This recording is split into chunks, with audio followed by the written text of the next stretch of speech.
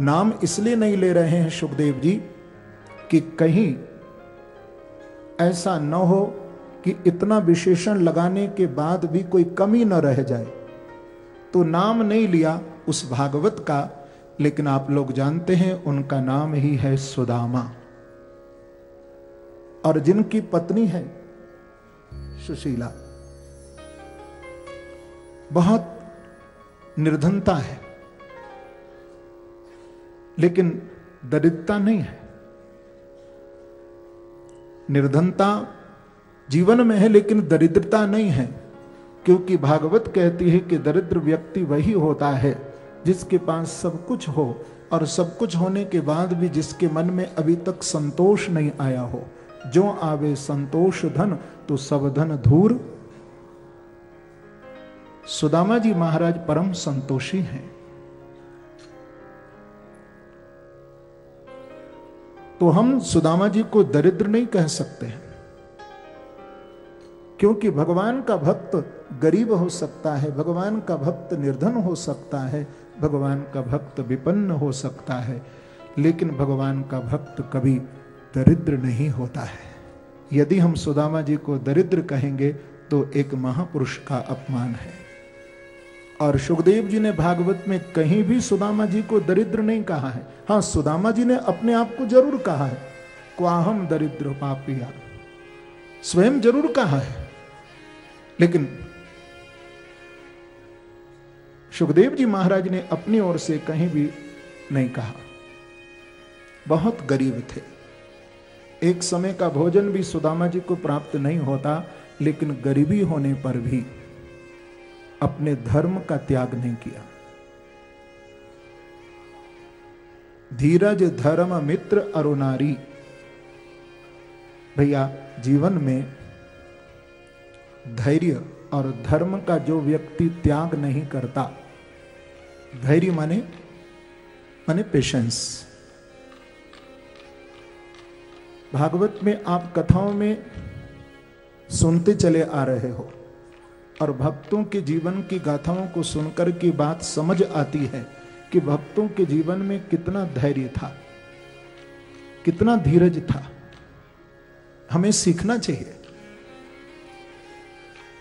क्योंकि कभी कभी मेहनत करने के बाद, परिश्रम करने के बाद भी व्यक्ति को उतना प्राप्त नहीं होता है। सच है, नहीं होता। लेकिन व्यक्ति जो धैर्यवान होते हैं वो ईश्वर को एक बात कहते हैं, वो कहते हैं कि प्रभु शायद आपने हमको इतना ही पात्र समझा होगा, हमारी योग्यता शायद इतना ही होगी, तो आपने हमें दे दिया। जितने हम लायक थे जिसके, वो आपने हमें दे दिया। ऐसा धैर्य एक भक्त के अंदर होता है। लेकिन धैर्य और धर्म जो व्यक्ति अपने जीवन में नहीं त्यागता, तो उसके जीवन में दो बातें अवश्य होंगी। पहला, पत्नी साथ भी देगी, परिवार साथ भी देगा।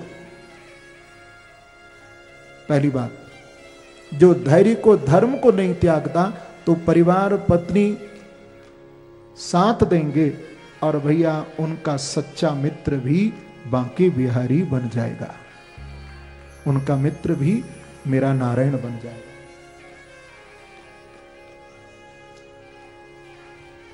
जैसे सुदामा जी ने धैर्य नहीं त्यागा।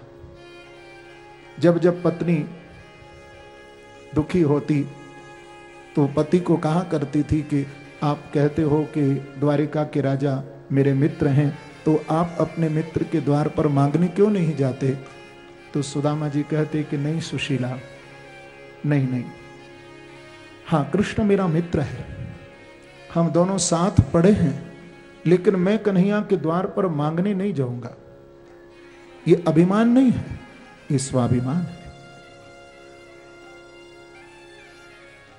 लेकिन सुशीला जी ने कहा कि आप मांगने मत जाइए, आपको मित्र का दर्शन किए बहुत दिन हो गए हैं, तो अपने मित्र का आप दर्शन ही कराइए। तो सुदामा जी कहते हैं कि अयम ही परमो लाभ उत्तम श्लोक दर्शन। हाँ, मैं कन्हैया का दर्शन करने जरूर जाऊंगा। मैं कहा करता हूं कि भगवान के दर्शन का जब आपको चांस मिले तो आप छोड़ना नहीं। देखो, आप लोग यहां आए, फिर मैं स्मरण करा दूं, नर नारायण भगवान का दर्शन करने के लिए आप यहां आए, बद्री विशाल भगवान का दर्शन करने के लिए। तो भगवान ने अपने पास में किसे बिठा रखा है? दाहिने ओर कौन है? कुबेर जी हैं। भगवान का दर्शन आप केवल करने आते रहे, भैया भगवान आपकी झोली कभी खाली नहीं रहने देंगे, आपकी झोलियां भरी ही रहेंगी। पर दर्शन का संकल्प कभी त्यागना नहीं। जब चांस मिले, जब मौका मिले, तब दर्शन करने आना। ये सुदामा जी ने भागवत में कहा कि अयम ही परमो लाभ उत्तम श्लोक। उत्तम श्लोक भगवान का दर्शन जरूर करूंगा। पर सुशीला देख, कन्हैया को भेंट करने के लिए घर में कुछ है? देखा तो सारे पात्र खाली पड़े थे, एक चावल का दाना तक नहीं है। याचित्वा चतुरो मुष्टीन विप्रान पृथक तंडुलान। 4 घर गई और 4 मुट्ठी चिड़ुआ मांग करके लाई। सुदामा जी का एक फटा दुपट्टा है जिसकी 4 तय की, फिर भी फटा हुआ है। 8 तय की और छोटी सी पोटली बना करके अपने पति के हाथ में दे दी। सुदामा जी बड़ी प्रसन्नता प्रकट करते हुए द्वारिकाधीश भगवान का दर्शन करने जा रहे हैं। चलते चलते सुदामा जी को शाम हो गई। एक वृक्ष के नीचे जाकर के विश्राम किया कि अब तो रात होने जा रही है, तो प्रातःकाल अपनी यात्रा को फिर शुरू करूंगा। सो गए। भगवान द्वारिकाधीश अपने मित्र सुदामा को देख रहे हैं कि मेरा दर्शन करने के लिए आ रहा है।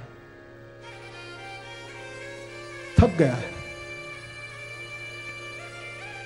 अब इसको मुझे अपनी द्वारिका में पहुंचाना है, क्योंकि सुदामा जी को मालूम ही नहीं था कि द्वारिका कहां है। पहली बार द्वारिका जा रहे थे। बस तुम भगवान की ओर चलना शुरू कर दो, बाकी काम भगवान पर छोड़ो। क्योंकि हम पहले चलना ही शुरू नहीं करते भगवान की ओर, तो कैसे हम भगवान की कृपा को प्राप्त करें? थोड़ा चलो तो सही ना, थोड़ा उनका भजन करो तो सही ना। मंजिल तक पहुंचाने का काम या पहुंचने का काम आपका नहीं है, पहुंचाने का काम तो मेरे प्रभु का है। मंजिल तक वही पहुंचाएंगे, पर तुम थोड़ा चलना शुरू तो करो, उनका भजन तो करो थोड़ा। सुदामा जी महाराज आज विश्राम में हैं और चल दिए थे, लेकिन मालूम नहीं था कि द्वारिका कहां है, क्योंकि पहली बार जा रहे थे।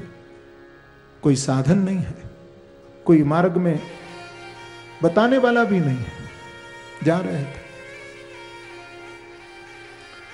लेकिन भगवान अपने मित्र सुदामा को देख करके प्रभु बोले कि नहीं, अब इसकी यात्रा मेरे लिए प्रारंभ हो चुकी है, तो आधी यात्रा तो इसने पूरी कर ली, अब मंजिल तक मैं इसे पहुंचाऊंगा।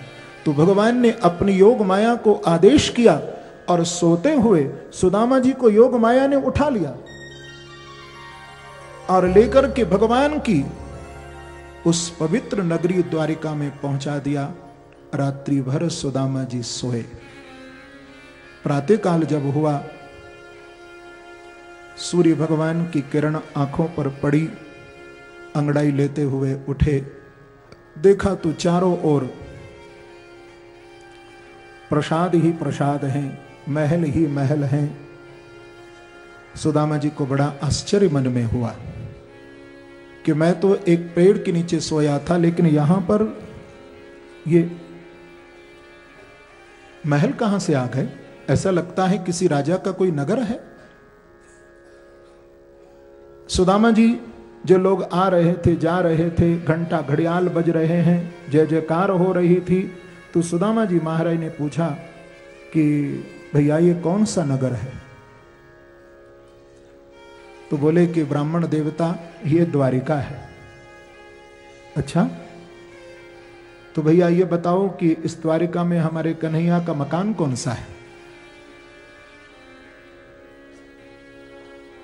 कोई नहीं बता रहा है, क्योंकि पता कुछ गलत पूछ रहे हैं। प्रेम से कहो श्री राधे। क्योंकि वहां भगवान के मकान नहीं थे, मकान नहीं था, वहां महल थे। सरलता है जीवन में सुदामा जी के कि कन्हैया का मकान कौन सा है, कोई नहीं बताए। मध्याह्न हो गई, पूछते पूछते पूछते, क्योंकि भगवान का द्वार कोई कोई विरला व्यक्ति ही जानता है और कोई कोई विरला व्यक्ति ही हमें बताता है।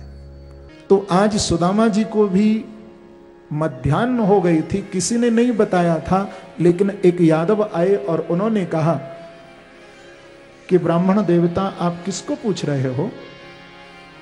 बोले यहां कोई कृष्ण का मकान नहीं जानता। तो वो समझ गए। उन्होंने कहा देखो ये जितने महल खड़े हैं आपके मित्र कृष्ण के हैं, आप जिस महल के अंदर जाएंगे वहीं आपको कृष्ण मिलेंगे। देखो ये सामने का जो महल आप देख रहे हो ना, ये उनकी सबसे बड़ी रानी है जिनका नाम है रुक्मणी। आप जाएं यही आपको मिलेंगे। तो सुदामा जी श्री रुक्मणी जी के महलों के द्वार पर पहुंचे। अब अंदर अधिकार से जाने लगे, लेकिन एक व्यवस्था तो थी। द्वारपाल ने सम्मान से सुदामा जी को रोका, कहा कि आप अपना नाम बताएं। तो सुदामा जी महाराज ने कहा कि अंदर जाकर के कृष्ण से कह देना कि उनका मित्र सुदामा उनसे मिलने आया है। महाराज आप थोड़ा यहीं रुकिए, मैं अंदर जाऊं और महाराज की आज्ञा लेकर के आऊं। शीस पगा न जगा तन में, प्रभु जान के आए बसे के ही ग्राम। धोती फटी सी लटी दुपटी, अरुपान उपानो को नहीं सा। द्वार खड़ो द्विज दुर्बल एक, रहो चकिसो वसुधा अभिराम। पूछत दीन दयाल को धाम, बतावत आपुनो नाम सुधा। अंदर द्वारिकाधीश भगवान सिंहासन पर बैठे। द्वारपाल ने प्रणाम की और सुदामा जी की दीन दशा का जब वर्णन करने लगे कि महाराज द्वार पर एक विप्र है जिसके सिर पर न तो कोई पगड़ी है, न तन में कोई झगा है, कोई बगलबंदी है, न कुर्ता है। हाँ, मैंने धोती पहने हुए तो देखा, लेकिन जगह जगह से फटी हुई है। और आपकी इस द्वारिका को तो बहुत चकित्ता से इस प्रकार से देख रहा है जैसे कि कभी देखा ना हो। और प्रभु उसने अपना नाम बताया है सुदामा। भगवान ने जब सुदामा जी का नाम सुना, प्रभु तो पहले ही सुदामा जी के ध्यान में बैठे थे कि मेरा मित्र मेरे से मिलने आ रहा है। सुदामा जी का नाम सुनते ही भगवान अपने सिंहासन से कूद पड़े और सुदामा सुदामा सुदामा कहते प्रभु द्वार पर आए, दौड़ लगाते हुए, और अपने गोद में अपने मित्र सुदामा को भर लिया है। लेकर के सुदामा जी को जब भगवान अंदर गए तो रुक्मणी आदि रानियां एकदम निकल करके आई और देखा कि हमारे पति इस मैले कुचेले व्यक्ति को अपनी गोद में भर करके ले जा रहे हैं। इतना सम्मान जितना कि अपने बड़े भाई बलराम जी को देते हैं। ये कौन है? कुछ रानियों को समझ में नहीं आ रही है बात, लेकिन भगवान किसी की भी परवाह न किए और लेकर के सुदामा जी को गए अंदर। और जिस सिंहासन पर, राजा का सिंहासन है, राजा है प्रभु, तो द्वारिका के धीश हैं, तो जिस सिंहासन पर भगवान स्वयं श्री कृष्ण विराजते थे, भगवान ने उस सिंहासन को खाली कर दिया और अपने मित्र सुदामा को उस राज सिंहासन पर प्रभु ने बिठा दिया। देखो प्रभु की भक्त वत्सलता।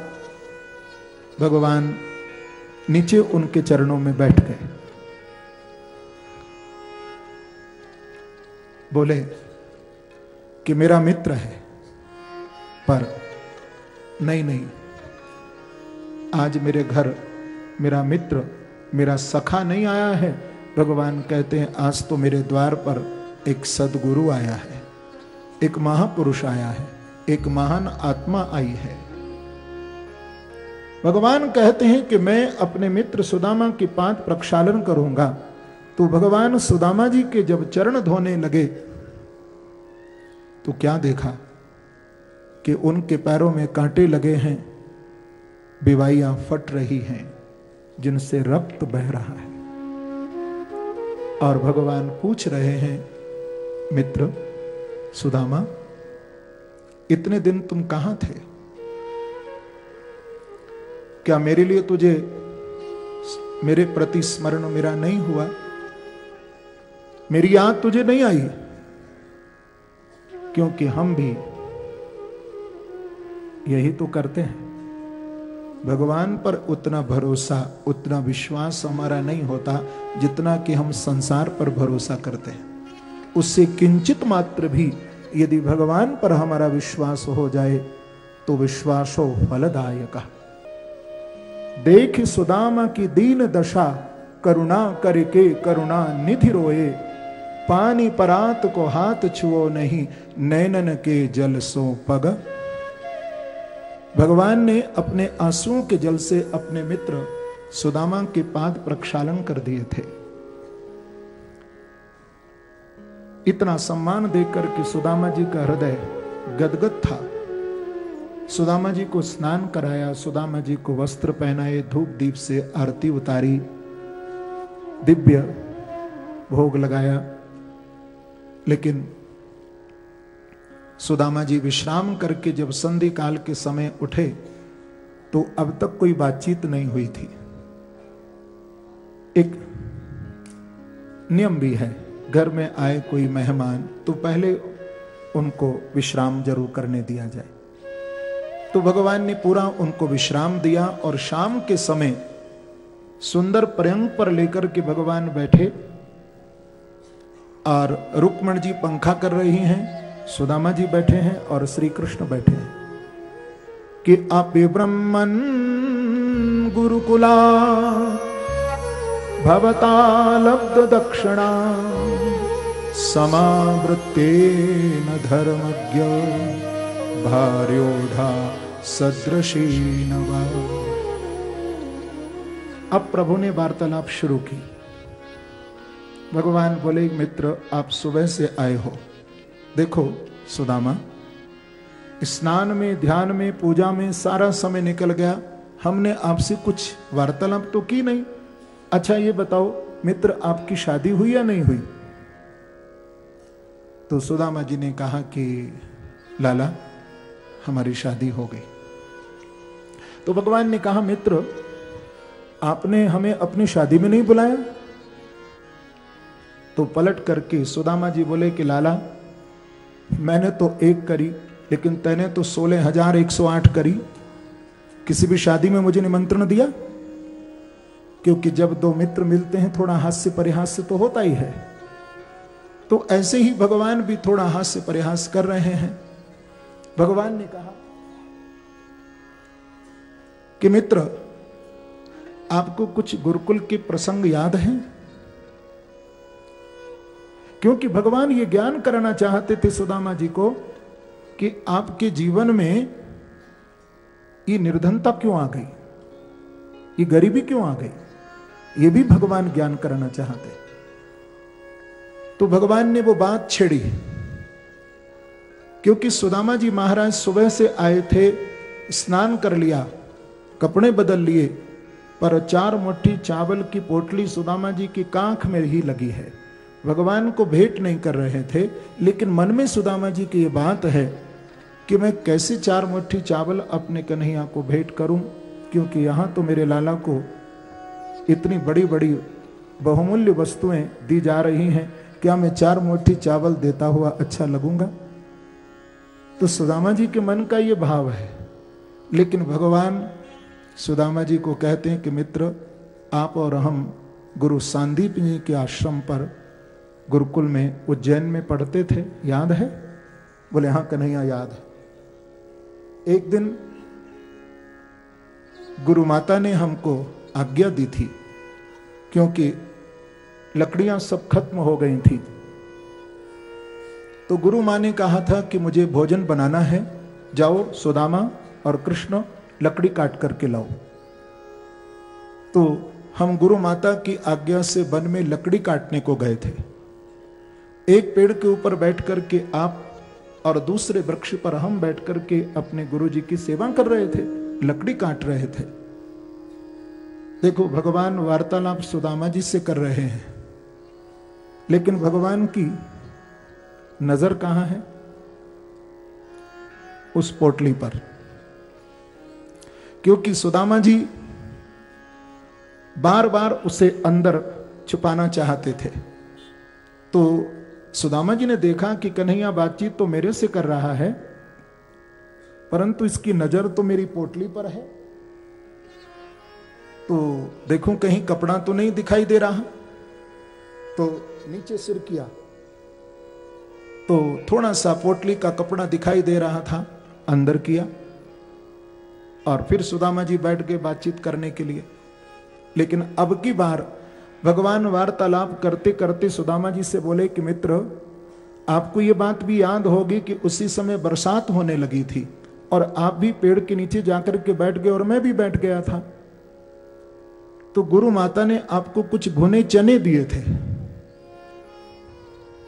और ये कहा था कि जब भूख लगे तो दोनों भाई आपस में बांट करके खाना। जब तुमको भूख लगी तो तुम तो निकाल करके खाने लगे। मैंने कहा था कि गुरु माता ने कुछ दिया है, तो तुमने दूर से हाथ हिला करके मना कर दिया कि गुरु माँ ने कुछ नहीं दिया है। लेकिन मैंने तुमको यह कहा था कि मुझे बहुत भूख लगी है सुदामा, कुछ भी खाने को दे दे। कुछ तो गुरु माता ने दिया होगा, क्योंकि तुम्हारे दांतों की आवाज भी मुझे सुनाई दे रही है, तुम कुछ खा तो रहे हो। तो मित्र मालूम है तुमने क्या कहा था? ये जो बरसात हो रही है, ठंडी हवा चल रही है, इससे मेरे दांत बज रहे हैं, मैं कुछ नहीं खा रहा हूं। भगवान ये बताना चाहते हैं कि अपने अधिकार को तो व्यक्ति त्यागे नहीं, लेकिन दूसरे के अधिकार की ओर अनाधिकार हमारी चेष्टा न हो। हम अनाधिकार चेष्टा न करें, ये भगवान इस लीला में बता रहे हैं हमें। भगवान को जब सुदामा जी महाराज ने देखा कि कृष्ण वार्तालाप हमसे कर रहे हैं, पर इनकी नजर तो हमारी पोटली पर है, तो देखो कहीं कपड़ा तो नहीं दिखाई दे रहा। तो नीचे जब सिर किया तो थोड़ा सा कपड़ा और दिखाई दे रहा था। कसकर के जब सुदामा जी ने अपनी बाजू दबाई तो एक तो पहले ही कपड़ा फटा हुआ था। जैसे तैसे तो 4 मुट्ठी चावल की पोटली बना करके लाए थे, कहां तक कपड़ा भी साथ देता, कपड़ा फट गया और चावल गिरने लगे। जो चावल गिरे, भगवान श्री कृष्ण उछले और उछल करके भगवान ने सुदामा जी के कांख से 4 मुट्ठी चावल की पोटली को छीनते हुए कहा कि मित्र, फिर वही कार्य कर रहे हो, ये मेरी भाभी की प्यार की भेंट को क्यों छिपा रहे हो, लाओ ना। बोला भक्तवत्सल भगवान की जय। एक मुट्ठी चावल प्रभु ने खाया, दूसरी मुट्ठी चावल खाए, क्योंकि भागवत में केवल एक मुट्ठी चावल का वर्णन है, परंतु संत महात्मा लोग कहते हैं कि भगवान ने 2 मुट्ठी चावल खाए थे। जब तीसरे मुट्ठी चावल प्रभु खाने लगे तो रुक्मण जी के हाथ से पंखा छूट गया। इशारे में भगवान को रुक्मण जी ने कहा कि प्रभु आपने 1 मुट्ठी चावल खाया तो 1 लोक का राज्य सुदामा को दिया, दूसरे मुट्ठी चावल खाया तो 2 लोक का राज्य दे दिया, अब तीसरे मुट्ठी चावल भी खा लोगे तो क्या मुझे भी उठा करके दे दोगे? भगवान इशारे में रुक्मण जी को कहते हैं कि रुक्मण जी आपके मुख से बात शोभा नहीं दे रही है, आप मना मत करिए, आज मुझे देने दो। रुक्मण जी और कृष्ण के इशारे को सुदामा जी महाराज समझ रहे थे कि क्या बातचीत हो रही है। इशारे में सुदामा जी की आंखों से आंसू गिरने लगे हैं, रोने लगे। लेकिन भगवान कहते हैं कि मित्र तूने तो मुझे ये चिड़ुआ दिए हैं, पत्रम पुष्पम फलम तोयम यो मे भक्त्या प्रयच्छति। देखो कितना सरल है प्रभु हमारे, ये कठिन तो भगवान को हम बना देते हैं, भगवान कोई कठिन नहीं है, भगवान तो बहुत सरल हैं। लेकिन आज सरलता देखो तो सही भगवान की। भगवान कहते हैं कोई मेरे ऊपर पत्र चढ़ाए मैं खुश हूं, कोई पुष्प चढ़ाए मैं प्रसन्न हूं, कोई फल चढ़ाए मैं आनंदित हूं। यदि तीनों ना मिले तो भगवान कहते हैं अंत में तोयम, तोयम माने जल। यदि एक अंजलि भर करके भक्त मेरे ऊपर श्रद्धा से विश्वास से यदि जल भी चढ़ा देता है तो भगवान कहते हैं कि मैं अपने भक्त के जल से भी प्रसन्न हो जाता हूं।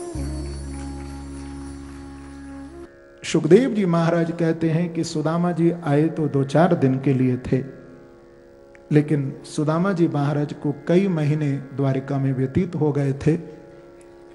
एक दिन सुदामा जी महाराज ने प्रभु को कहा था कि मित्र आज हम अपने घर चलें, तो भगवान ने दोनों हाथ जोड़ करके सुदामा जी को प्रणाम में ही विदाई दी। देखो हाथों से कुछ नहीं दिया, ऐसे नहीं दिया प्रभु ने, केवल प्रणाम में विदाई की।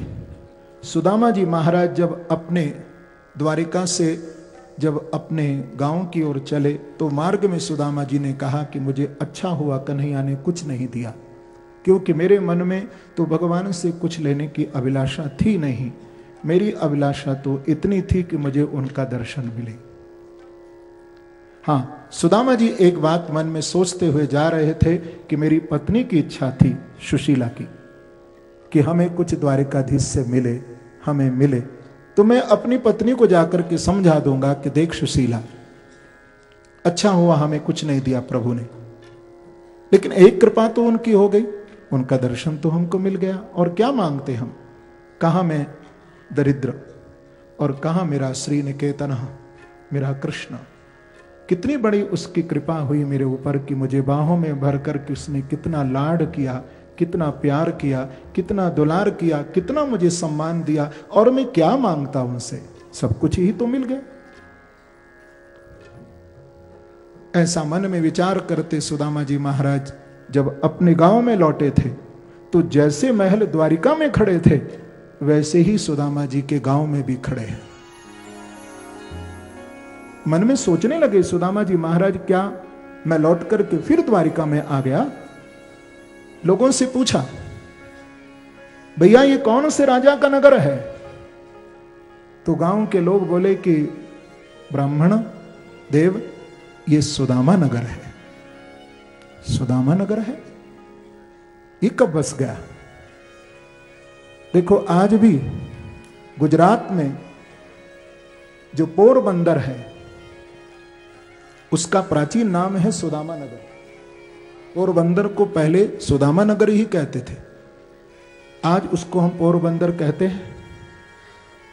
तो सुदामा जी महाराज की जहां टूटी फूटी झोंपड़ी थी वहां सुदामा जी महाराज गए तो वहां भी देखा सुदामा जी ने कि बहुत बड़ा महल खड़ा है। मन में आश्चर्य प्रकट करते हुए सुदामा जी बोले कि ये तो कमाल हो गया, लेकिन महल के अंदर पत्नी अपने पति